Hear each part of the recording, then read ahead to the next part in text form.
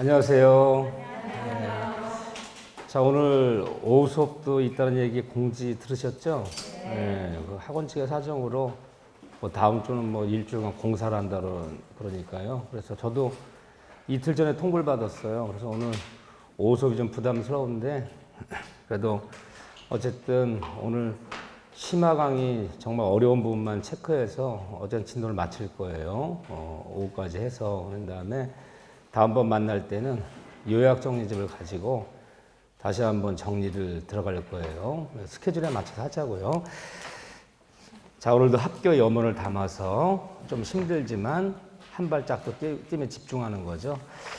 자, 지난주에 우리가 전세권까지 했죠? 맞죠? 오늘 이제 담보물권이에요. 자, 교재를 따지면 오늘 진도는 366조. 300 유치권부터 들어갈 건데 29회, 30회, 31회는 유치권 두 문제, 저당권 두 문제 이렇게 두 문제씩 사이좋게 나왔어요. 근데 작년 32회 때는 유치권 한 문제, 저당권 두 문제, 세 문제 이렇게 나왔는데 그러면 우리 33때 어떻게 나오겠느냐? 제 생각에는 요즘은 어디가 중요하고 내용이 많다고 해서 더 집중도 내지 않고 골고루 내는 성향 때문에 그냥 유치권 두 문제, 저당권 두 문제 나온다 보시면 돼. 자, 출제 비중 올해 똑같이 나올 건데 공부량은 확 다르죠. 내용이 저당권 파트는 유치권보다 공부량이 3배 이상 많아야 돼요. 공부할 게 많기 때문에. 하지만 출제 비중 같다. 자, 유치권에서 한두가 테스트 해볼까? 366쪽이에요. 자, 페이지 366쪽에 유치권. 유치권 그러면 제일 먼저 생각나는 말이 뭐예요?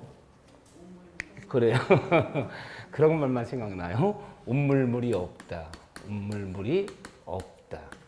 유치권은 담보물권이지만 다른 담보에 비해서 이 세 가지가 없다. 운물물이 없다. 이 얘기는 아는데 운물물이 뭔지 몰라요. 저 기억이 안 나면 안 되죠. 유치권은 담보물권이지만 우선 변제권이라는 것이 인정되지 않는다. 자, 우선 변제권이 없다는 얘기가 뭐죠? 유치 목적물이 경매당했을 때 경락금에 유치권 들어가서 다른 채권자가 먼저 배당을 요구할 수가 없다. 응? 그러니까 쉽게 생각하면 우선 변제권은 경락금에서 다른 채권자 먼저 배당받는 효력이 없다. 또 두 번째 유치권자는 뭐가 없다? 물상, 대의성이 없다. 오늘은 컨디션이 좋으신가 봐. 대답도 하시네. 이게 없다. 물상 대의성이 없다. 유치하던 목적물이 만일 화재로 소실됐는데 화재보험금이 나온다면 유치권자는 화재보험에 쫓아가서 그 화재보험금을 나에게 먼저 지급해달라. 이게 바로 물상대인데 물상 대의성이 없다. 또 유치권을 침해했을 때 유치권자는 뭐가 없다? 유치권에 기인한 물권적 청권이라는 말이 존재하지 않는다. 그러면 내가 공사비 못 받아서 건물 유치했는데 그 유치하는 목적을 누가 강제로 뺏어가 버렸어. 그 유치권 쫓아가, 유치권자 물권자야. 모든 물권자들은 내 물권을 침해하면 쫓아가서 물권청 행사할 수 있잖아요. 근데 유치권에 기인한 물권청 요구는 존재하지 않잖아요. 유치권자 어떻게 행사해야 돼? 돌려달라. 내 돈 갚을 때까지 유치하는 목적을 다 돌려달라. 어떻게 행사해야 돼요? 점유권에 기인한. 유치권은 점유가 성립요건이며 전속요건이기 때문에 유치권을 침해하면 점유권에 기인한 점유 보호청 행사해야지. 유치권에 기인한 원청은 존재하지 않는다. 그 말 생각나고 두 번째 유치권은 이 두 문제 나오면 하나는 사례 문제, 하나는 좀 판례 관련 사례 좀 약간 좀 어려운 문제, 하나는 간단하게 단답식 문제 이렇게 내요. 이렇게요. 자, 유치권은 법정 약정이 아니라 법정 담보 물권이다. 보통 이렇게 표현하죠. 그러면 유치권이 아닌 다른 담보는요. 저당권도 담보고 우리가 지난번에 보진 않았지만 담보가 등기, 양도담보, 매도담보 이것도 담보고 전세권의 전세금도 담보조건이 있고 우리가 담보자만 들어가면 다 약정담보예요. 우리 민법은요. 약정담보라면 뭐냐면 두 사람이 합의해야 되는 거지. 합의 없이는 성립하지 않아요. 그렇지만 유치권만은 무슨 담보다? 법정 담보다. 따라서 두 사람이 채권 채무자가 뭐 하지 않아도 합의하지 않아도 법률 규정에 따라 당연히 성립하는 담보제도다. 그런데 합의하자 성립하는데 만약에 유치권은 쌍방인전 채권자 채무자를 얘기하는 거죠. 채권자 채무자 간의 합의로도 쌍방 합의로도 성립할 수 있다. 이렇게 얘기하면 이 지문이 맞는 거예요? 틀리는 거예요? 자, 시험 문제가 유치권은 합의하지 않아도 법률 규정에 따라 자동으로 성립하는 법정 담보제 맞아요. 그런데 때에 따라서는 합의로도 성립할 수 있다. 그럼 이 지문이 틀리는 거예요. 합의로는 성립하지 않아요. 자, 이거 성립이 되는지 아닌지 한번 맞춰보세요. 자, 친한 친구가 같은 업종에 종사하는 사람인데 나한테 와서 1억 원만 3개월만 빌려달라는 거야. 1억 원만. 근데 내가 주저하니까 야, 내가 기계 2억짜리를 너한테 갖다 줄게. 그러니까 내가 3억 갚을 때 1억 갚을 때까지 이 맞겨놓은 기계를 유치하라. 써라 각서 썼어요. 내 돈 1억 원 갚을 때까지 맡겨놓은 기계를 유치하기로 한다. 성립된 거예요? 안 된 거예요? 합의했어. 내가 기계 하나 갖다 줄게 그러면. 나 못 믿으면 2, 3억 나가는 기계 하나 갖다 줄 테니까 돈 갚을 때까지 네가 유치해. 내 쓸게 각서. 그래서 인도된 기계는 1억 원을 변제할 때까지 유치하기로 한다. 합의했어. 유치권 성립된 거예요? 안 된 거예요? 안 된 거예요. 왜 안 된 거예요? 견연성이 없잖아. 빌려준 돈이랑 맡겨놓은 기계는 전혀 관련이 없잖아. 합의한다 성립하는 거 아니야. 그건 질권. 전당포. 합의로는 성립하지 않아요. 자, 그런데 법정 담보권이지만 하지만 유치권 성립하는 것을 특약으로 배제가 가능하다. 맞는 지문, 틀린 지문. 성립을 특약으로 성립하러 배제할 수 있다. 맞는 틀린 지문. 맞는 지문. 헷갈리잖아요. 그러면 아무런 말 하잖아. 세탁소 맡길 때 세탁소 주인과 맡기는 사람이 세탁비 줄 때까지 유치하기로 합시다라고 합의하지 않아도 세탁소 주인은요. 세탁비 줄 때까지 유치할 수 있어 없어요?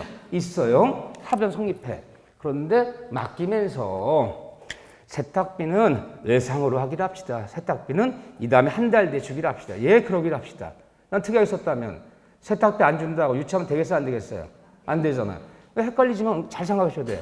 합의하지 않아도 당연히 성립하지만 또 합의가 특약이 있었다면 성립을 배제할 수 있다. 또 합의로는 성립하지 않는다. 그래야죠. 이게 객관식에 맞춰서 보는 거예요, 이렇게요. 자, 여기 하나 딱 봐주시고. 그 다음에, 자, 수업 시간에 많이 봤지만, 유치권 성립요건이 제일 중요해요. 성립요건에서도 어디가 제일 중요해요? 넘겨보세요. 오늘 진도를 좀 나가야 되기 때문에. 자, 유치권 성립요건이 제일 중요한데, 성립요건에서 제일 중요한 것은 교과서 368페이지에 2번에 있는 견연성이 인정되고, 견연성이 있을 것. 그래야지만 유치권은 성립됩니다. 견연성이 제일 중요해요. 자, 그거 하나만 더 살펴볼게요. 368쪽에 2번에 견연관계. 아무 채권이나 유치하는 것이 아니라 견연성이 인정된 채권이어야 유치할 수 있다. 그런데 이 견연성이란 말을 우리 법조리 뭐라 표현하고 있냐? 뭐뭐에 관하여 생긴 채권일 것. 그래야지만 유치권이 성립될 수 있다. 뭐뭐에 관하여 생긴 채권일 것. 그리고 우리 법령을 뭐라 부른다? 견연성 있는 채권만 유치할 수 있다. 견연성이란 말이 뭐죠? 견연성? 그래요. 자, 1번씩 한자 용어예요. 한자를 제가 굳이 써주는 것은 한자를 썼어요. 도움이 됐나요? 도움이 안 됐나요? 얘 도움이 안 됐다, 인간아. 이 견자가 끌견자야. 서로 끌리는 거. 소감을 끈다는 거 지금 소자이에요. 서로 끌리는 채권. 연자는 연관할 때 연관성. 서로 연관성 있고 서로 뭔가 끌리는 채권. 뭔가 연관성 있는 채권만 유치하라는 거예요. 자, 그런데 견연성 있는 채권에 유치할 수 있는 견연성에 관한 선정 우리가 다시 한번 4가지를 정리해 볼 거예요. 첫째, 견연성이 있다는 것은 쉬운 얘기를 하면 채권이 받을 돈이 채권이 현재 채권자가 내가 점유하고 있는 그 목적물 자체에서 뭐 했을 것? 발생한 채권일 것. 내가 점유한 목적물 자체에서 발생한 채권일 것. 그럼 견성성이 있기 때문에 이 돈 줄 때까지 이 목적을 뭐 할 수 있다? 유치할 수 있다. 그러면 목적물 자체에서 발생한 채권 중에 우리한테 시험에 늘 나오는 게 뭐가 나와요? 맨날 나오는 게 어떤 물건의 수선비, 뭐 수리비 채권. 때에다 건물을 공사했다면 무슨 뭐 공사비 줄 때 그 건물 유치한다. 공사비 채권. 좀 더 유식한 얘기를 하면 뭐냐 필요비 또는 유입비 이런 것들은 이거 안 주면 줄 때까지 이 물건 뭐 할 수 있다? 유치할 수 있다. 근데 좀 더 유식한 얘기를 하면 어딜 배우든 우리가 지상권을 배우든 전세권을 배우든 점유권을 배우든 계약법으로 넘어가서 토지 임대차, 건물 임대차를 배우든 어딜 배우든 비용 상환청권은 행사했는데 비용을 상환해주지 않으면 그 비용을 돌릴 때까지 뭐 행사할 수 있다? 유치권. 맨날 이 질문이죠 뭐. 그래서 우리가 지상권자, 전세권자는 필요비 상환청은 없지만 유입비 상환청은 있다. 근데 설정자들이 유입비를 상환해주지 않으면 상환해줄 때까지 그 전세 목적물을 지상권자 그 토지를 뭐 할 수 있다? 유치할 수 있다. 점유자가 회복자에게 저를 반환할 때 비용 상환 청구했는데 비용을 상환해주지 않으면 뭐 할 수 있다? 유치할 수 있다. 임대차에서 임차인들은 임대인에게 필요비 유입비 상환청은 있는데 그 필요 유입비를 임대인이 상환해주지 않으면 상환해줄 때까지 임차인들은 임차 목적을 뭐 할 수 있다? 유치할 수 있다. 비용 상환청은 어디에 있든 다보다 유치권이 성립되는 거죠. 이렇게요. 자, 여기서 이제 이게 기본이에요. 어렵게 안 나와요. 이렇게 쳐놓고 요즘은 박스로 쳐놓고 유치권 성립되는 거 고르시오. 견성 있는 거 고르시오. 없는 거 골라보시오. 이게 잘 나오는데 물론 여기 기본이야 이게. 근데 여기서 이제 한두 가지 주의할 게 있다. 자, 교재를 봐보세요. 아주 어려운 얘기가 하나 나와요. 이해가 잘 안 되는 것은 그냥 살짝 이렇게 눈에 익혀주시는 게 좋아요. 자, 보세요. 그 368쪽에 판례 보면 2번 봐보세요. 판례 2번. 368쪽에 판례 2번을 보셔요. 자, 2번을 보시면 거기 보면 주택 건물에 신축 공사를 한 수급인이 그 건물을 점유하고 있고 그 건물에 관한 공사대금 채권은 자 어떤 신축 건물에 들어간 공사비 채권은 공사 줄 때까지 그 건물 뭐 할 수 있다? 공사업자가 유치할 수 있다. 맞아요. 공사비 채권 유치할 수 있어요. 목적을 자체 들어간 거예요. 맞아요. 그런데 다만 두 줄 내려갔어요. 다만 거기서 세 줄 내려보세요. 거기서 다만 밑줄 그대로 형합형 걸어놓으세요. 너무너무 어려운 얘기 나와요. 공사비 채권은 유치권이 성립하는데 거기서 두 줄 내려오시면 다만 수급인의 재료와 노력. 수급인 누구냐면 공사 맡은 사람이야. 공사주는 건축주를 도급인, 공사 맡아 일하는 공사업자를 수급인이라고 그래요. 수급인. 그 공사업자가 수급인의 밑줄 재료와 노력으로 건축되었고 수급인의 재료와 노력으로 건축되었고 그 건축된 것이 독립한 건물에 해당되는 기성 부분은 수급인 소유할 것이기 때문에 유치할 수 없다. 이게 무슨 말이냐 이게. 이게 이제 수급인이 이 건물이 완성되는 순간 이 건물에 대한 소유권을 이 수급인이 일단 원시식한다는 거예요. 이 원시식이 되는 거야. 그 다음에 그 공사를 의뢰한 건축주가 공사비를 줘야지만이 소유권을 넘겨주는 거예요, 이건요. 그러면 유치권은 타물권이에요, 자물권이에요? 타물권이에요. 자기 물건을 유치할 수는 없어. 내 건이 남의 거면 유치권이 되는 거야. 채무자 것이든 삼자 것이든.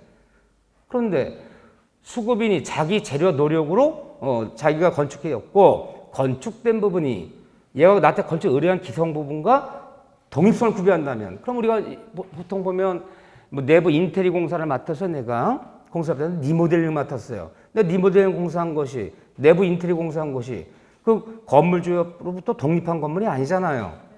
그럼 걔 거야, 건축주 거야. 그건 유치권 성립이 돼. 근데 내 재료와 내 노력으로 건축시켰고 내가 건축시켰고 그 건축된 부분이 독립성을 완벽히 구비한 건물이라면 공사 끝나는 순간 수급인 일단 그 공사한 건물의 소유권을 원시하는 거야. 그러니까 내가 내 소유권이야.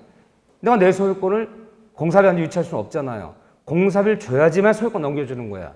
그러면 이 경우에는 수급인이 자기 재료 노력으로 건축한 부분이 동서 구비했다면 자기 것이므로 유치권은 일단 성립하지 않는다. 그럼 그 공사업자한테 이것이 불리한 거예요? 유리한 거예요? 유리한 거예요. 이게 유치권만 성립한다면 유치권자는 유치만 해야지 그 건물을 사용, 수익할 권리가 없잖아. 일단 내가 내 재료 노력으로 건축한 부분이 독립한 건물로서의 기능을 갖췄다면 일단 내 소유권이 되기 때문에 공사비 줄 때까지는 소유권 안 넘겨준단 말이야. 그러면 공사업자가 그 건물 뭐 할 수 있어요? 사용할 수 있고 남한테 임대 놓을 수 있고 수익할 수 있단 말이야. 내가 내 물건이니까. 이해되죠? 그래서 이때는 자기 소유가 되기 때문에 유치권을 성립하지 않는다. 그러면 그냥 시험 문제 나왔을 때 공사비 채권은 그러면 유치권 성립한다. 근데 굳이 단수급인 자기 재료와 노력으로 건축시켜서 준공된 부분이 기성 부분과 동서 구비했다면 이때는 수급인 소유권을 취득한 거기 때문에 자기가 자기 물건 유치할 수는 없다. 이 두 지문 그대로 기억하세요. 또 하나 이 관련되는 것 중에서 오른쪽 페이지 봐보세요. 오른쪽 페이지 보시면 기출이라 해서 기출. 그 팁 있어, 팁. 여기 와서는 팁도 있고 뭐 별거 다 있어요. 팁 밑에 기출 있어, 기출. 요즘은 잘 나오지. 그러면 내가 공사업자야. 내가 뭐 자료 사다가 뭐 사다가 공사했는데 공사비 안 주면 공사업자는 그 건물주한테 공사를 줄 때 그 건물을 유치할 수 있어 없어요? 공사업자는 있어요. 있는데 그 외상 준 건축자재업자.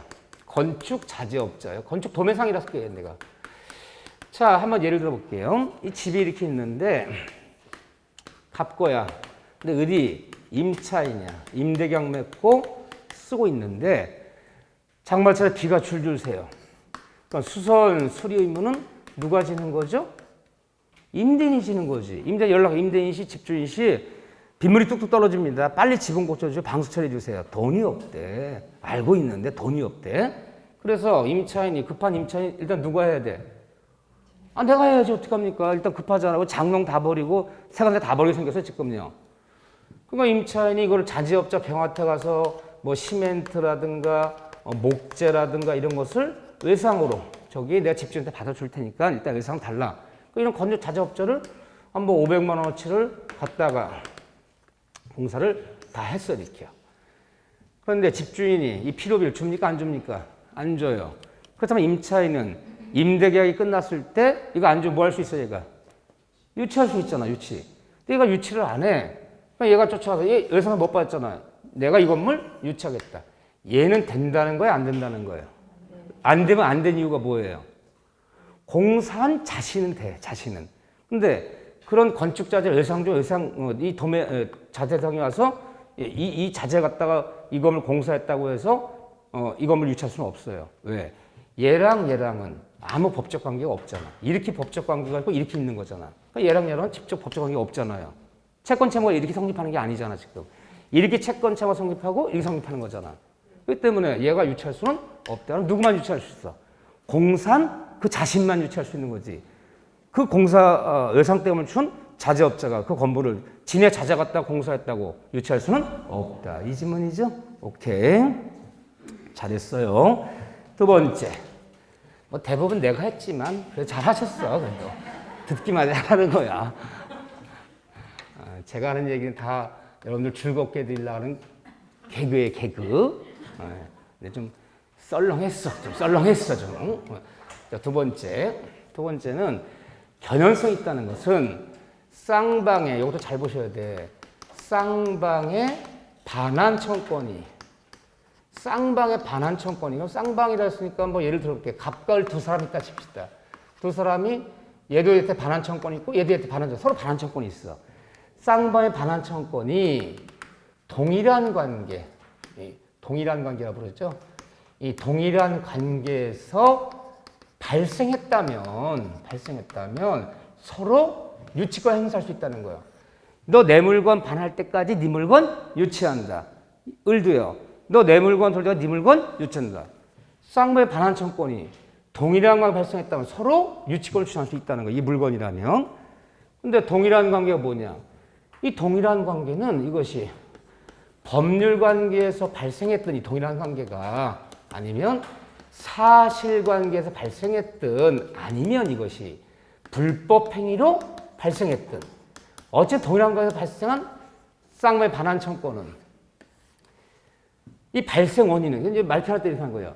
쌍방의 반환청권이 동일한 관 발생했다면 발생 원인은 불문이다. 묻지 않는다. 모두 유치권 행사할 수 있다. 그러면 여기 해당되는 그 지문이 잘 나오는 게 뭐냐? 하나 많이 들었을 거예요, 여러분들이. 두 사람이 여러 명의 모임을 가졌는데 집에 갔더니 서로 우연히 물건이 맞박힌 거야. 서로 핸드백을 들고 나갔어요. 누비똥이라고. 그래서 자랑하려고 들고 왔는데 똑같은 모델을 들고 왔다, 딴 친구가. 김새서 자랑도 못했어요. 집에서 봤더니 가방이 맞바뀐 거야. 내 가방은 진품, 걔 가방은 짝퉁. 우연히 모임에서 물건을 맞바꿔 한 거야. 당장 전화해서 야 인간아 왜 남의 가방을 들고 가냐? 네 가방 여기 와 있으니까 가져가고 내 가방 택배로 붙여. 킥으로 붙여. 내 건 진품이야. 걔가 뭐야 갑자기 유치한대요. 어쨌든 짝퉁 가방이 뭐건 내가 돌려줘 네 가방 유치한다. 우연히 물건이 맞바뀐 경우에도 내 물건 돌려줄 때까지 네 물건 유치하겠다. 라고 주장할 수 있다 없다? 있어요. 이게 시험 층에 잘 나오는 거예요. 이게 사실관계잖아. 어쨌든 쌍방의 반환청 우연히 물건이 맞바뀐 경우에도 내 핸드백 돌려줄 때까지 네 핸드백 유치하겠다. 서로 유치권 성립한다 그래요. 두 번째는 보세요. 어느 법률행위가 무효가 되었어요. 무효. 어느 법률행위가 취소가 돼서 무효 취소됐어요. 법에 무효 취소해버리면 무슨 문제가 벌어지나 쌍방간에 갑과 을이 뭔가 법률행위 했는데 이 법률 무효가 되거나 얘가 취소한다. 취소했어요. 무효 취소로는요. 부당이득 반환. 불법행위에 해당하지 않는다면 무효해서 첩계약, 도박계약처럼 103조 봐야 돼서 둘 다 불법하지 않다면 무효는 부당반환 문제 벌어져. 무효가 되기 전에 내가 준 것은 돌려받고 받은 것은 돌려줘야 돼요. 취소 그러면요. 취소는 소급표가 있다. 취소는 뭐가 있다? 부당반환이 있다. 토지거래 허가지역에서 계약금이 치러진 상태에서 계약을 맺었는데 허가가 안 났어요. 불허처분이 떨어지면 그 토지 매매가 뭐가 되는 거야? 토지가 허가지역에서 계약금까지 치러놓고 허가를 신청했는데 불허처분이 떨어졌어요. 토지 매매가 뭐가 되는 거예요? 무효가 되는 거잖아. 그러면 내가 준 계약금 어떻게 해야 돼? 계약금 돌려받아야지. 무효 취소는 부당반환 문제 벌어지는 거야. 불법행위에 해당하지 않는다. 103조반이 아니라면. 이해되시죠? 그때 그럼 무효가 되었을 때, 취소가 되었을 때 쌍방간에 벌어지는 이 부당이득 반환끼리는 쌍방의 반환 청구는 동일한 가격이 발생했잖아요. 지금요. 그럼 부당 반환끼리 서로 유치권 주장할 수 있다는 거 없다는 거예요? 있다는 거야. 그런데 이 다음 배워보면요. 무효 취소, 계약의 해제는 원상회복이라고 불러요. 원상회복. 오늘 뭐 여기 보겠지만 원상회복이라고 불러요. 무효 취소에 따른 쌍방의 부당 반환끼리는 원상회복 간에는 서로 원상회복 되잖아요. 이게 쌍방의 반환 동일한 게 발생했잖아요. 그럼 여기서 유치권 성립해요. 또 여기 뭐 성립하냐? 동시 이행의 항변권도 성립해요. 자, 해제에 따라 원상회복은 원상회복과 서로 동시항변에 들어가요. 내가 먼저 원상회복하여야 내가 먼저 원상회복 시켜줘야 원상 요구할 수 있다. 틀렸어요. 그 원상회복을 같이 하자. 같이 원상회복하자. 계약의 취소에 따른 부당반환끼리는 동시항변에 들어가요. 내가 먼저 부당에 반환하여야 내가 먼저 반환하여야 상대 반환을 요구할 수 있다면 틀려요. 같이 반환하자. 동시항변에 들어가요. 또 동시에 이것이 물건이라면 유치권도 성립이 돼요. 하나 예를 들어 볼게요. 여기서도 발생한단 말이야. 이런 단어. 이것도 발생하지만 같이 반환하자. 같이 원상회복하자. 같이 하자. 이것도 성립할 수 있어요. 이것도. 자, 냉장고 한 대랑 세탁기 한 대를 서로 맞바꿔 교환 계약을 맺었어. 교환 계약. 그래서 냉장 넘겨서 세탁기 갖고 왔는데 고장난 세탁기를 준 거야. 근데 나에게는 분명히 이 세탁기 고장 안 났습니다. 잘 가동 잘 되고 뭐 산지 6개월도 안 된 겁니다. 다 거짓말이야. 날 뭐 시킨 거야? 고장난 세탁기를 고장나지 않았다 속여서 내 냉장고를 교환 결매진 거야. 기망 사기쳤잖아요. 그래서 내가 바로 받자마자 전화해서 넌 나에게 냉장고 교환 계약은 기망했어. 취소한다. 취소했어요. 사기로 취소했어요. 그럼 내가 세탁기 받은 거 넘겨주고 냉장고 찾아와야 될 거 아니에요. 부담반 서로. 이 부담반은 동시한강이 들어가요. 내가 먼저 세탁기를 넘겨줘야 냉장고 하나 요구할 수 있으면 틀려요. 같이 하자. 해제 또는 원상물 간에는 취소하는 부담반끼리 서로 동시한강이 들어가. 같이 하는 건 내가 먼저 해야 되는 게 아니야. 또 하나 유치권도 성립이 돼요. 근데 거기서 딱 그래요. 어쨌든 고장난 세탁기 뭐건 내 세탁기 돌릴 때가 네 냉장고 유치합니다. 이것도 된다는 거야. 그 연대에 이따 보면 동시항명권은 채권이야. 채권이야. 왜 채권이란 말을 강조합니까? 쌍무기역에서 발생하는 채권이야. 둘끼리만 주잖아. 둘끼리만. 삼자한테 동시항명한다는 말 없어요. 유치권은 뭐예요? 물권이야. 누구한테 인도 거절할 수 있어요? 두 사람끼리만 아니야. 이 세상 모든 사람한테 인도 거절할 수 있어요. 근데 유치권과 동시항명권은 서로 흡사하지만 이 두 가지가 동시에 성립할 수 있어 없어요? 성립할 수 있게 병존하는 거야. 이것도 성립하고 이거 성립하고 둘 다 있을 수 있는 거야. 그럼 아까 냉장고 세탁기 사기당한 사건에서 그러면 취소 하나 떨어지면 냉장고 돌려주는 거와 세탁기 돌려주는 거 사이 서로 동시항명에 들어간다. 동시에 들어간다. 또 하나는 이게 물건이라면 유치할 수도 있다. 그래서 유치권 동시항명권은 하나가 성립되면 하나가 배제되는 것이 아니라 하나의 사건에 이 두 가지가 동시에 있을 수 있다 없다? 있다. 병존하는 거야. 두 가지 동시에 성립할 수 있는 거야. 이 얘기 어려운 일이라면 이거 나오는 거예요. 동시항명권도 되고 유치권도 되는 거예요. 세 번째 볼게요. 수업이 어려운가 보다. 오늘 어째 표정이 별로야. 어렵지 않아요. 그래도 조금만 보면 돼요. 세 번째. 물건 자체에서 발생한 어떤 물건에서 발생한 손해배상 채권은 청권은 나 이 손해배상금 줄 때까지 이 물건 유치하겠다. 견연성 인정된다 안 된다. 인정되면 이 물건 유치할 수 있는 거야. 인정 안 되면 유치할 수 없는 거야. 물건 자체 발생한 손해 청권은 견연성이 있기 때문에 이 손해 줄 때까지 이 물건 유치할 수 있다. 그래서 요게 이제 작년 시험에 뭐가 나왔어요? 무슨 얘기했죠? 동물이 공격한 경우. 자, 내가 수업 시간을 했어요. 내가 당근밭을 한 100평 정도 당근을 심었는데 봄철이에요. 당근이 뽑을 때 됐는데 옆에 목장에서 말 2마리가 우리 당근밭으로 뭐 왔다? 햇살 좋은 날. 피크닉 왔다. 피크닉. 이것들이 피크닉 와서요. 당근밭 다 망쳐버렸어요. 말 2마리 내가 묶었어. 옆집 목장에 연락했어. 니네 말 2마리가 우리 당근밭 다 망쳤다. 이 당근값 물어줄 때까지는 이 말 2마리 유치해버릴 거야. 인도 거절이야. 말 찾아가려면 손해상관하고 찾아가. 말 2마리 묶어버리면 유치권 성립한다 안 된다? 된다. 옆집 강아지가 내가 산책 나왔는데 나를 물었어. 발등을. 내 물린채로 질질 끌고 들어왔어. 끌고 들어왔어. 강아지는 요만한 강아지야. 주먹만한 치와야. 끌고 들어왔어. 니네 강아지가 사람 물었어. 7호비랑 뭐 줄 때까지 이 강아지 뭐 한다 지금부터 인도 거절 유치한다. 강아지 찾아가려면 손해상관과 찾아가. 유치할 수 있어 없어요? 있어요. 강아지가 말이 아직까지는 다 뭐야? 물건이잖아. 아직까지는. 그거 유치할 수 있다. 그 동물 끌고 유치할 수 있다. 하지만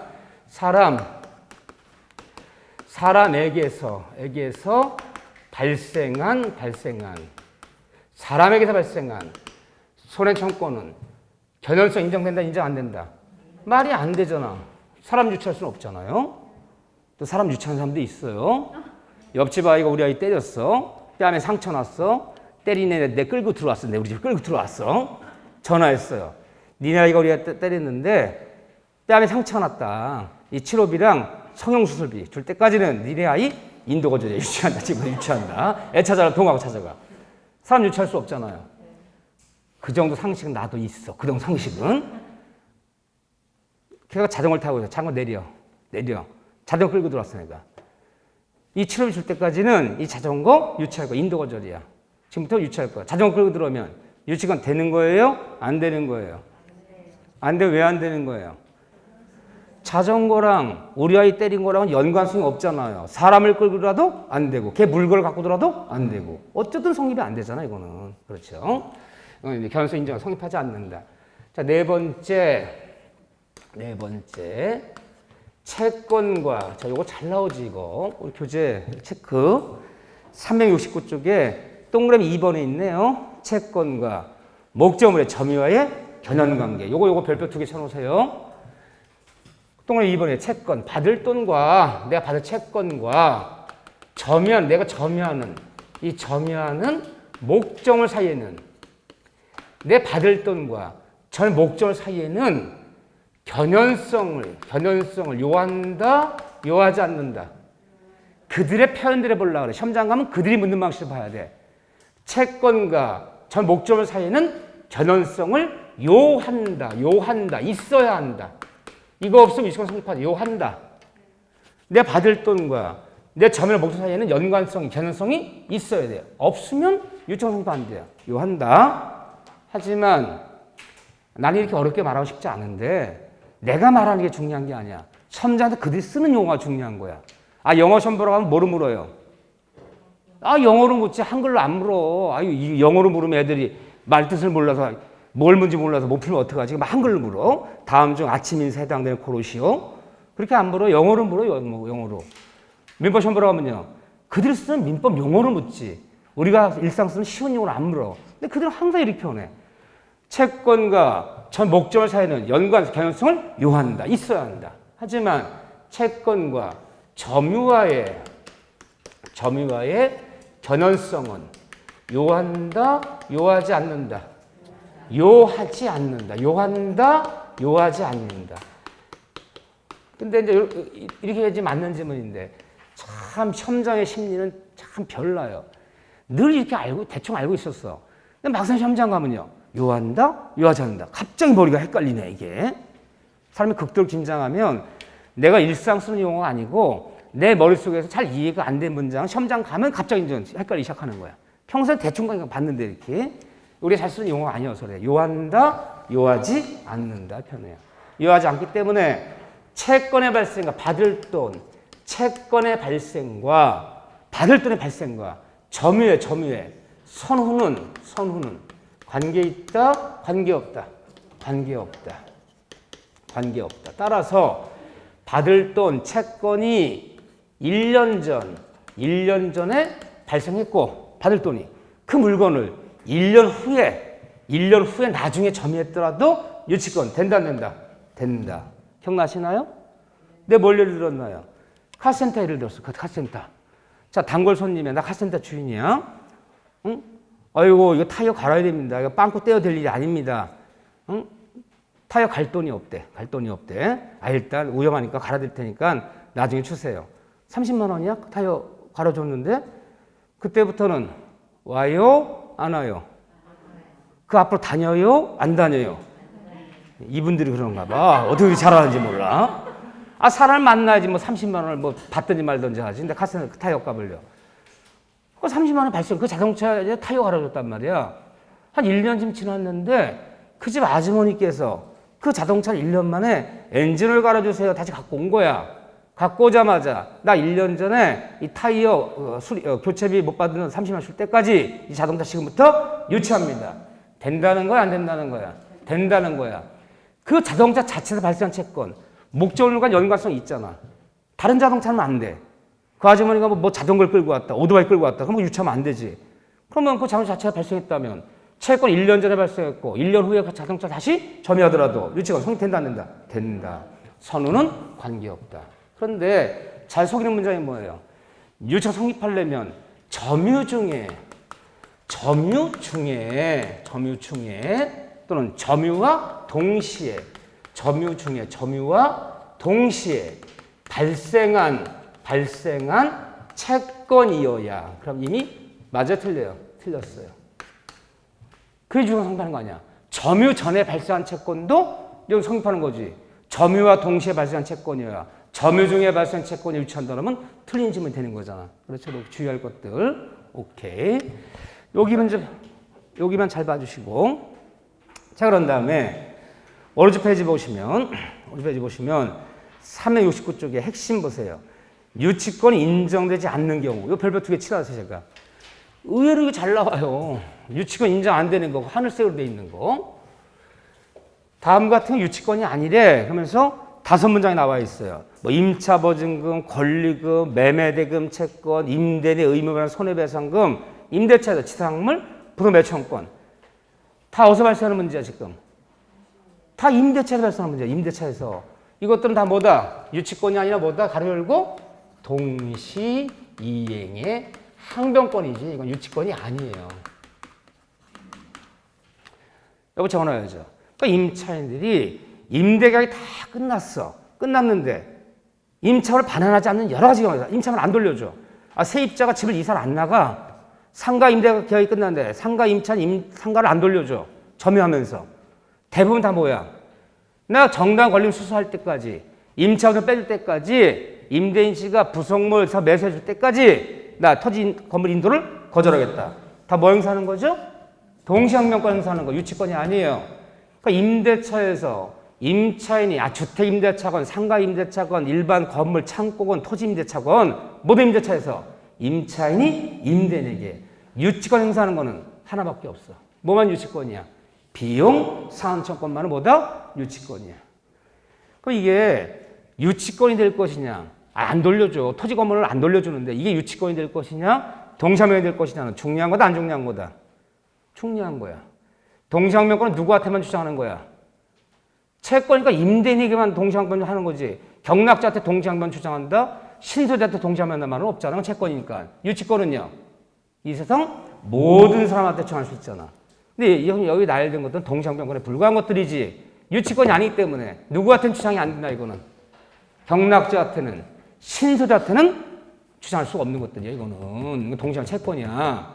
그러니까 임대차에서 유치권은 하나밖에 없어요. 뭐예요? 비용 상환 하나만은 이 비용 받을 때까지는 임차인은 이 세상 모든 사람한테 다 인도 거절할 수 있다. 이해되시죠? 비용상 하나만 유치권이야. 남은 다 뭐다? 동시항변권 임대차에서. 요거들. 그래서 요거 잘 봐주셔야 돼. 잘 나와요. 자, 그 얘기 하나만 더 봐줬고 다 본 거예요, 여기. 그러면 여러분들은 368쪽 견연관계 여기부터 369쪽까지 한 페이지 반이야. 별표 3개 쳤잖아요. 여기 몇 번 본다? 몇 번 정독한다? 나이 앞자리만큼. 본인 나이 앞자리 아시죠? 4학년인지 5학년인지 아시죠? 그 앞자리만큼만 볼게요. 여기가 핵심은 여기예요.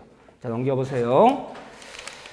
자, 그 다음에 그 얘기들이 쭉 좀 봐주시고, 그런 다음에 어딜 볼 것이냐. 372쪽에 보면 유치권의 효력. 유치권 효력은 항상 우리가 효력이란 말 떨어지면 유치권의 효력. 유치권의 효력. 지금 효력이란 말이 떨어졌어. 효력이란 말이 떨어지면 뭐가 생각나요? 전세권의 효력, 유치권의 효력, 지상권의 효력. 효력이란 말 떨어지면 뭐가 생각나요? 뭐가 효력이에요? 사람과 사람 사이에 권리 의무가 생기는 것이 법적 효력이에요. 유치권자의 효력 그럼 유치권자의 권리 의무. 전세권자의 효력 그럼 전세권자의 권리 의무. 저당권자의 권리 의무. 이 권리 의무를 효력이라 부르는 거야. 근데 의무보다도 이 권리가 중요하죠. 유치권자는 어느 물건을 유치했다면 무슨 권리가 있는가? 유치권에 어떤 권리가 있는가? 쭉 교과서 나열되어 있죠. 근데 나는 그 어떤 건 이런 보면 유치권 효력 그러면 앞자 따가서 예를 들면 경간 별 이렇게 앞자 따서 6가지가 효력이다. 미쳤나 봐. 쓰라고 나오면 그거 외워야 돼요. 앞자 따서 6가지를. 갔더니 시험장에 했더니 유치권 효력, 유치권자 권리 6가지 쓰시오. 쓰라는 데는 대책이 없네. 앞자 따서 외워야 돼. 앞자 생각나지 뒷글씨가 생각나잖아. 근데 객관식은요. 쓰라는 게 아니야. 그냥 묻는 대로 그냥 지문 OX에 지문 OX. 그래서 난 민법을 앞자 따서 이런 거 몇 가지 필요해. 기정료, 불정무, 전이경, 담량강 두세 군데 필요하지만 아무데나 놨다가 그냥 막 따서 유치권 효력에는 앞자 굵은 글씨 막 이렇게 해서 미쳤나 봐. 쓰라는 거 아니야. 그냥 이런 효력이 있다. 유치권자는 유치할 권리가 있다. 보세요. 여기 좀 더 볼 거예요. 유치할 권리가 있다. 두 번째 오른쪽 페이지 보세요. 유치권자는 유치 목적 경매 신청권이 있다. 유치권자는 간이 변제 충당권이 있다. 유치권자 넘겨보세요. 유치 목적을 과실 수치해서 차후적 충당할 권리가 있다. 유치권자는 유치 목적물에서 또다시 비용이 들어간다면 또다시 유치권자는 비용 상환청권이 있다. 이 6가지가 보통 유치권 효력을 얘기하는데 거기서 유치할 권리 맨 앞에 펴보세요. 유치권자는 유치할 권리가 이게 제일 중요한 권리야. 유치할 권리가 있다. 유치한다는 게 뭐죠? 내 것이 아닌 채무자 물건을 제3자 물건을 내 돈 갚을 때까지 점유를 유치권자 계속하면서 인도를 거절할 권리가 있다. 인도를 거절해서 뭐 하는 거야? 채무자에게 심리적 너 자동차 찾아가려면 수리비 갖고 찾아가. 너 세탁을 찾아가려면 세탁가 찾아가. 네 건물 인도받으려면 공사비 갖고 와. 심지어 압박을 가해서 빨리빨리 내 돈을 빨리빨리 갚게 만드는 것이 바로 유치권이야. 그렇죠? 예. 근데 언제까지 유치할 권리가 있어요? 언제까지? 전액을 변제할 때까지 전부를 유치할 수 있다. 일부 변제했다고 변제한 만큼 유치권 풀어주는 거? 아니다. 무슨 얘기하는 거 지금? 불가분성. 기억나시죠? 하여튼 내가 어떤 물건을 점유하면 전액을 변제할 때가 전부 유치하는 거지. 거기에 해당되는 돈 줬다고 해서 일부 풀어주는 거? 아니다. 근데 만약에 세탁물을 내 세탁소 중에 홍세탁이야. 양복 5벌 드라이를 맡겼어. 한 벌당 드라이비가 예를 들면 5,000원 칩시다. 25,000원이잖아. 5벌이면. 세탁물 찾으러 왔어요. 아저씨 세탁을 다음에 드릴 테니까 세탁을 주시죠. 나 처음 본 사람이냐.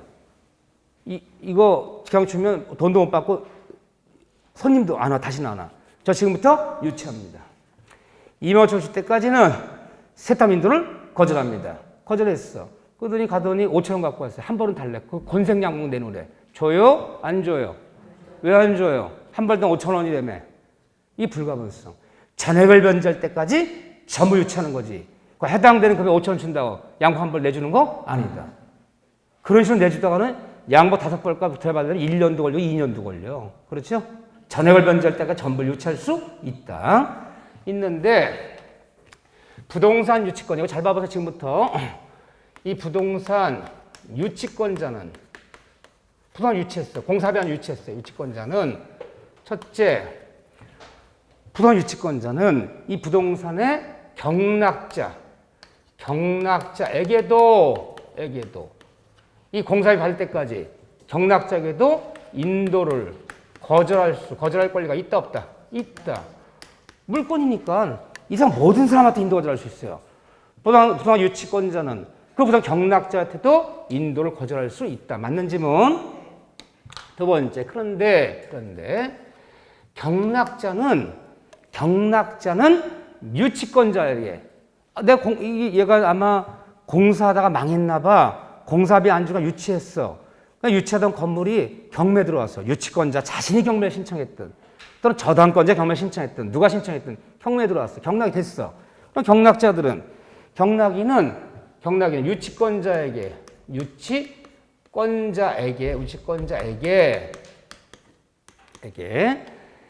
이 채권을 공사비죠.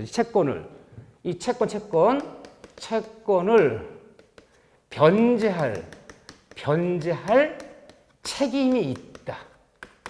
경락자가 그 건물 경락받았는데 그 건물 유치권자가 있다면 그 유치권자한테 그 채권을 변제할 책임이 있다. 경락자는 유치권자에게 돈을 갚을 책임이 있다. 맞는 지문, 틀린 지문. 이게 어려워요. 이게 맞는 지문이야. 죄송해. 난 너무 죄송하더라. 이거 매내고 지랄더리야 이런 거 아주 죄송해 죽겠네. 이게 어디 있는 얘기냐면요. 우리 민법에 이 규정이 없어. 우리 민법 유치권에 관한 규정은 320조부터 328조까지 이 9개 조문밖에 없어요.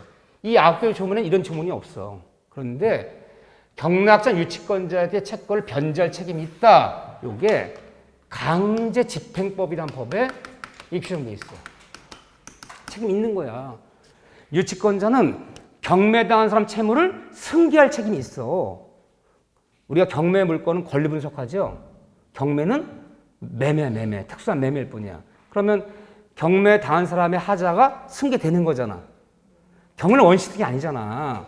따라서 경락자는 경매당 채무자의 의무를 승계할 의무가 있어. 따라서 우리 강제편법에 경락자는 유치권자에게 그 채권을 갚을 돈을 변제할 책임이 있다. 이게 맞는 지문이야. 이렇게 규정돼 있어. 그런데 세 번째, 여러분들 이걸 많이 보는 거야.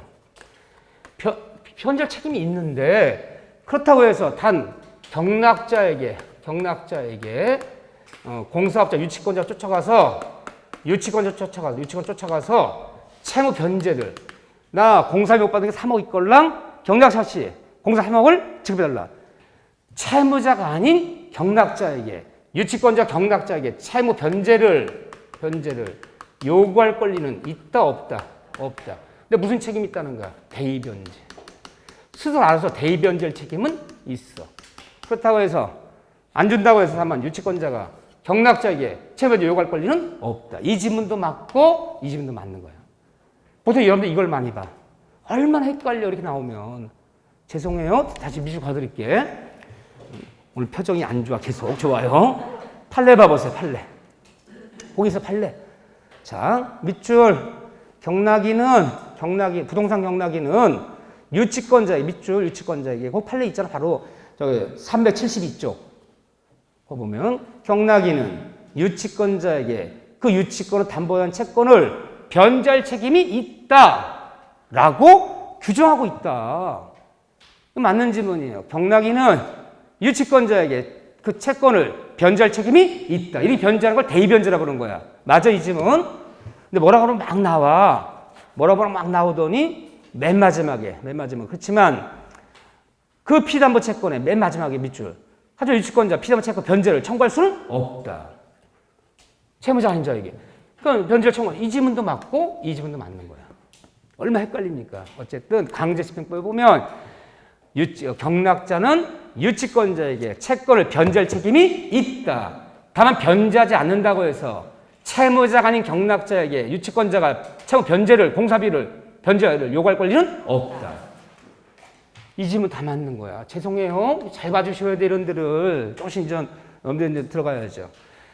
자, 그런 다음에 이 지문 조심하시고 맞는 지문이에요. 이런 잘 나오는 지문 아니지만 이게 나오면 어려워요.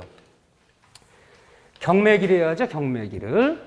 자, 어느 건물에 공사를 했어. 이 공사비 받을 돈이 한 2억 대. 누가? 갑이라는 사람이. 건물주는 A야. 굉장히 친한 사이야. 야, 저기 내가 인테리어 공사비는 다음에 줄게. 일단 분양해서 다음에 줄게. 그렇게 해. 뭐 친한 사람끼리. 점유 안 했어. 공사비 못 받은 채권이 있어. 지금 6개월 전에 공사 완성됐는데 다음에 공사비 준다 해서 알았어. 그래서 점유는 안 했어. 공사비 채권이 이어 있단 말이야. 근데 이 건물이 얘가 공사한 이 건물이 2022년 4월 10일 날 갑자기 경매 개시결정. 즉 경매 등기 나버렸어요. 경매 잡혀버렸어요. 경매 등기 났다. 이게 경매 잡혀. 다른 채권자가 예를 들면 B라는 채권자가 얘 돈 안 갚는다고 뭐 강제 경매건 임의 경매건 경매를 집어넣었어. 근데 어쨌든 등기부에 4월 10일 날 경매 등기 났어. 이 경매 등기 난 날을 우리 뭐라 표현해요? 경매 등기 난 날을 이 건물이 압류. 이날 압류했다는 거야. 압류. 경매 등기 난 날을 4월 10일 날 압류된 후에 얘 연락이 왔어. 야, 다른 채권자가 이 공사한 건물 경매 잡았어. 너 공사 못 받아서 빨리 유치해. 연락을 해줬어요. 그래서 이 공사비 채권 받았더니 공사업자가 부랴부랴 4월 11일 날 점유를 해버렸어. 가서 점유해버렸어, 이제. 그러면 돈 받을 거 있는 공사비 채권 때문에 공사업자가 언제 점유한 거야? 경매 등기 난 후에. 압류된 후에 점유를 했어. 압류된 후에 4월 10일 이후에야 점유했어. 그렇다면 갑은 이 건물에 유치권 성립은 되는 거예요? 안 되는 거예요? 시험 문제가 어느 부동산이 경매 등기 난 후에 즉 압류된 후에 비로소 점유했다면 유치권은 성립한다, 성립하지 않는다. 아예 많이들 들으셨어. 애매하니까 뒷만 성립, 야 어떻게 몰라? 된다고 안 되는 건지 무대 모르겠어. 무슨 옹알이처럼 들려서요. 성립되는 거예요. 경매 등기 난 후에 압류된 후에 점유했더라도 유치권 자체는 성립한다 그래야지. 성립하지 않는다면 틀려요. 27회 때 기출지문이야. 성립한다. 성립하지만 단 경매 등기 난 후에 점유했다. 성립하지만 단 이대로 경매지는 경락이 돼버리면 경락자에게 뭐 할 수 없다. 인도 거절할 수 없어요. 대항하지 못한, 대항할 수 없어. 인도를 거절할 권리가 없어요. 인도해줘야 돼. 의미가 있어요, 없어요? 있는 거야. 왜 있냐? 성립이 안 된다 그러면요. 4월 10일 경매 잡혔어. 4월 11일 날 점유했어요. 근데 경매 등기 난 후에 압류된 후에 점유하면 유저 성립이 안 된다 표현하면 근데 이 건물주가 돈 갚아서 경매를 취하해버렸어. 경매를 취하해버리면 유치권 성립이 안 돼버리면 건물주 예태도 인도를 거절할 권리가 없잖아요. 또 성립이 됐기 때문에 경매가 취하되더라도 누구한테 인도 거절할 수 있어? 건물주한테 인도 거절할 수 있어야 될 거 아니야. 경매 취하되면. 근데 성립이 안 돼버리면요. 경매 취하되더라도 건물주 A한테도 인도 거절할 권리가 없잖아. 누구한테만은 주장할 수 없어. 경락자한테만은 주장할 수 없지만 건물주한테는 주장할 수 있어야 될 거 아니에요. 경매 취하될 수도 있잖아요. 그러니까 성립은 되는 거야. 자, 성립되지 않으면 틀려요. 성립은 되나 누구한테는 경락자한테는 대항하지 못한다. 그럼 경매 등기 나기 전에 점했다면 얘 4월 10일 하면 4월 9일 날 점했다면 논할 필요 없지 그거야. 경락자건 누구건 다 인도 거절하는 거고. 그렇죠? 근데 얘가 점유할 당시에 이 건물에 뭐 저당자분에도 있고 뭐 전세권자도 있고 뭐 난리가 아니야. 막 이런 애들 이미 존재하더라도 유치권 경락자 인도 거절할 수 있는 거 없는 거예요? 있어요. 내가 점유할 당시에 그 건물에 이미 저당권이 있었느냐 가압류가 있었느냐 이런 거 논할 필요 없어. 언제 점유했느냐? 경매 등기 나기 전에 점유했다면 이미 그 부동산에 유치하는 부동산에 저당권자 있었건 전세권자 있었건 관계없어요. 다 경락 인도 거절할 수 있어. 하지만 경매 등기 난 후에 점유했다면 이건 성립이 되지만 경락자 인도 거절할 수는 없어. 경매 등기 나기 전에 했느냐 경매 등기 난 후에 했느냐만 경락 인도 거절할 수 없느냐 논하는 거지. 점유할 당시에 유치권자 점유할 당시에 이미 다른 담보권자가 이미 다른 저당권자가 가압류 잡은 사람이 전세권자가 있었다면 경락자한테 대항하지 못한다면 틀려. 이해되죠? 대항할 수 있느냐 없느냐는 전이었느냐 후 하나만 놓고 따지는 거야. 이미 다른 담보가 있었느냐 논할 필요도 없는 거야. 그거는. 이렇게요. 오케이. 자, 그 얘기가 그 밑에 나와 있어요. 자, 그런 다음에 어디를 볼 것이냐. 374쪽을 봐보세요. 374쪽에 참고 있어요. 참고, 그 별표 하나 치세요. 참고, 교재, 374쪽에 교재 참고. 자, 이제 여러분들은 아마추어가 아니한점. 굳이 이제 학생으로 얘기하면 초등학교 이제 1, 2, 3학년은 지났어. 이제 고학년에 들었기 때문에 말기 알아들어요, 이제는요. 말기 알아듣는 지장 없어요. 그러니까 이제 시험을 가는 거야. 시험은 왜 우리가 시험이 어렵느냐.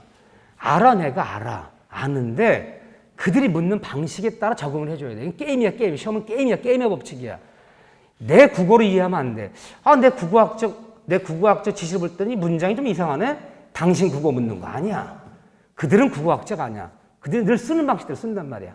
그러니까 그런 마음을 가지면 좀 스트레스 들어요. 어떤 분은 짜증을 내. 이게 국어학자 맞는 질문이야?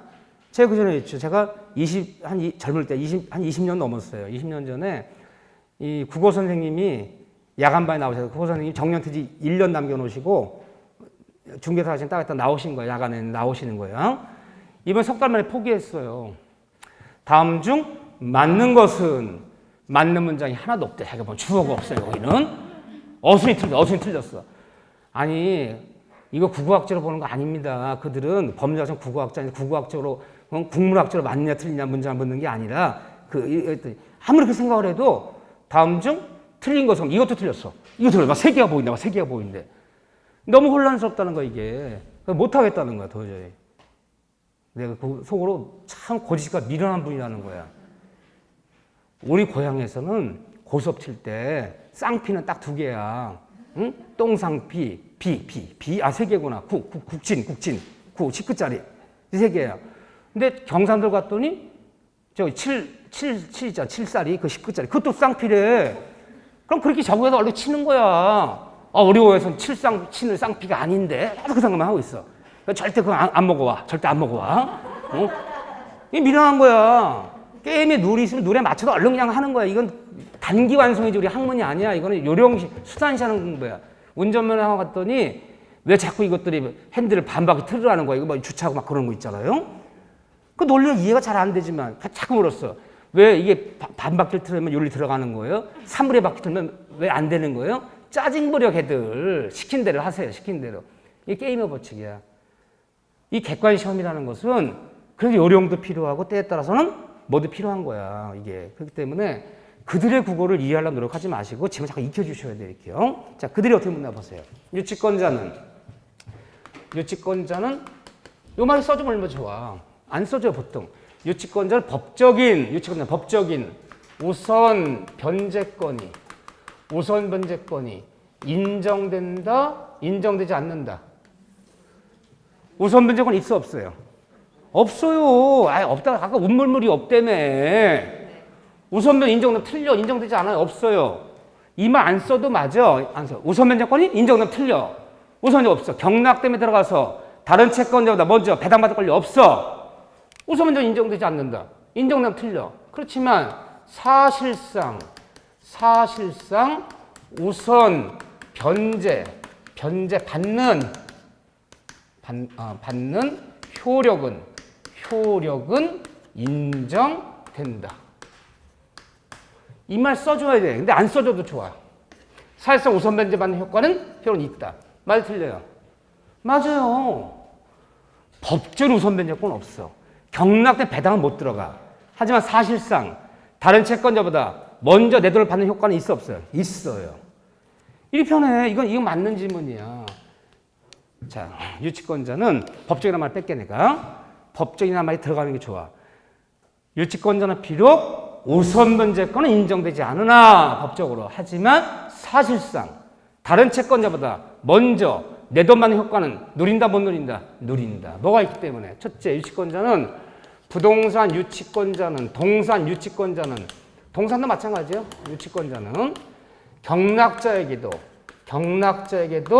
인도를 거절해서 대의변제, 이 대의변제를 받을 권리가 있고, 두 번째, 유치권자는 유치목적물에서 간이 변제 충당권이 있기 때문에 유치물의 가치 너무 적을 때 법원의 허락을 얻어서 받을 돈 대신 유치할 목적 소유권을 취득할 수도 있고, 유치권 유치하는 동안에 유치 목적물에서 과실이 수취된다면 이 과실을 수취하여 다른 채권자보다 먼저 내 돈을 충당 까들어올 수 있고, 이것이 있고, 또 채무자 파산 시 채무자가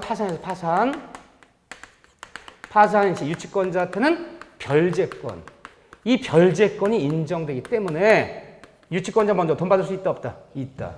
이 네 가지 권리가 있기 때문에 비록 유치권자는 법적인 우선은 없지만 사실상 다른 채권 먼저 내 돈 받는 효과는 누린다, 안 누린다? 누린다. 네 가지 기억하셔야 돼. 이런 게 참 그들의 표현 방식이 참 중요해. 이러니 얼마나 우리가 헷갈려. 응? 수학 공식점 1 더하기 1하면 딱딱 2가 떨어져야 되는데 그렇지가 않아, 이거는요. 아다르고 어다르고 버려, 금방. 잘 봐주시오. 이 다음에 이런 거 연습할 거예요. 그 다음에 하나만 더 볼 거예요.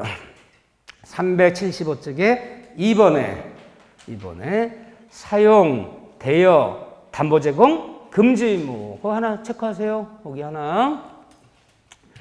유치권자는 여러 가지 권리가 있어. 하지만 유치권자는 유치 목적물을, 유치권자가 유치하는 동안에 유치 목적물을 뭐 자동차를 유치했던, 검을 유치했던 이 목적물을 유치권자가 사용하고 수익할 권리가 있다는 거예요, 없다는 거예요? 유치권자는 사용수권의 원칙은 인정된 인정 안 된다. 원칙 인정하지 않아요. 아, 유치만 하라는 거지. 건물 유치했다, 건물 사용하면 안 돼. 아, 세탁소 아저씨가 세탁 유치했다고 입고 다니면 안 돼. 유치권자는 유치 목적물에 사용 수익권이 없어요. 원칙은 없어요. 없는데 만일 유치권자가 위반해서 유치 목적물을 막 사용하고 막 수익하고 남한테 막 대여하고 이런 행위를 했다면, 이런 행위를 해버리면 뭐가 되는 거예요? 유치권자는 의무 위반이 되는 거지. 유치권자는 채무자 승낙 없이는 사용하거나 수익하거나 남한테 대여하면 안 돼. 만약 했다. 그럼 의무 위반이 되는 거야. 의무 위반을 해버리면 채무자는 유치권자 쫓아가서 뭘 행사할 수 있어요? 너는 의무 위반했어. 내 동의 없이 사용 수익했어. 오늘부로 유치권 소멸한다. 유치권 채무자가 유치권 소멸을 뭐 할 수 있대요? 청구하면 유치권은 즉시로 소멸해요. 이거 행사할 수 있어요. 채무자가. 의무하면 안 되는 거야. 그런데 예외적으로 원칙 상수가 없죠. 예외적으로 단 이 두 가지를 사용할 수 있다. 자, 어떤 경우요? 유치권자가 채무자 뭘 얻어서 승낙을 얻어서는 사용할 수 있다. 또 채무자 승낙이 없었더라도 보존행위에 보존행위는 할 수 있다 없다? 있다. 이 두 가지는 할 수 있어. 다만 승낙 얻었어요. 또 승낙 없다가 보존에 필요했어. 썼다면 어쨌든 이 두 가지 경우는 사용할 수 있는데 썼다면 사용료는 다른 말로 뭐예요? 사용료가 부당이득은 내야 돼요? 안 내야 돼요? 내야 돼. 공짜 쓰는 얘기는 아니야. 보존에 필요했던 승낙에서 사용했다면 사용료는 내야 한다. 부당이득은 반환해야 된다. 공짜 쓰라는 얘기는 아니다. 요거. 그런데 갑자기 이걸 대법원 판례가 우리한테 이게 중요한 거예요. 모든 부동산 임차인들은 자, 예를 들면 주택 임차인이 상가 임차인이 공장 창고 임차인이 임대가 다 끝났는데 임차인이 임차하는 동안에 임차 목적물에 필요비 유입비를 집어넣었다면 수선비 수비 계량을 집어넣어서 임대인에게 비용 상환을 청구했어. 비용 상환에다가 청구했는데 돈이 없다고 안 주는 거야. 그러니까 임차인은 이 비용 상환 받을 때까지 이 임차 목적물을 임차인이 뭐 할 수 있어요? 유치할 수 있죠. 유치권이 성립하잖아요. 그러니까 유치하면서 비용 상환 청구 때문에 임차인이 임차원 유치하면서 종전대로 이게 주거용이라면 계속 사는 거고 상가라면 계속 장사하는 거고 창고라면 계속 물건 쌓아놓는 거고 부동산 임차인이 유치 행사하면서 종전대로 계속해서 이 임차 부동산을 임차 목적물을 계속해서 사용할 권리가 있다 없다? 권리가 있다. 이게 뭐라는 거야? 이게 보존행위라는 거야. 부동산이라는 것은 오랫동안 벼놓는 거랑 사람이 쓰는 것은 어떤 게 보존에 유리하다? 사용하는 것이 유리하다는 거야. 따라서 임대인이 그래. 임대 똑똑한 사람이야. 그래, 내 돈이 없어서 내 필요비용 상환 못한다. 유치해. 문 걸어 잠궈. 인도만 거절해. 상가 셔터 내리고 인도만 거절해. 인도만 거절하고 사용하는 건 아니잖아. 그랬을 때 임차인이 사용할 수 있어 없어요? 보존에 필요할 때는 채무자, 임대인, 집주인 승낙 없더라도 사용 권리 있어 없어요? 있잖아. 이게 바로 보존행위라는 거야. 다만 썼다면 사용료는 차임은 내야 된다 안 내야 된다? 내야 한다. 그래서 부당 임차인이 유치 행사하면서 종전대로 계속해서 그 임차를 사용하는 것이 바로 임차물의 보존행위에 속하기 때문에 건물주 동의 없이도 채무자 동의 없이도 사용할 수 있다 없다? 있다. 그 밑에 판례 있어요. 여기가 중요한 거야. 여기가. 됐어요. 완벽히 봤어요. 자, 이렇게 보시고 10분 줬다가 저당권 들어갈 거예요. 저당권.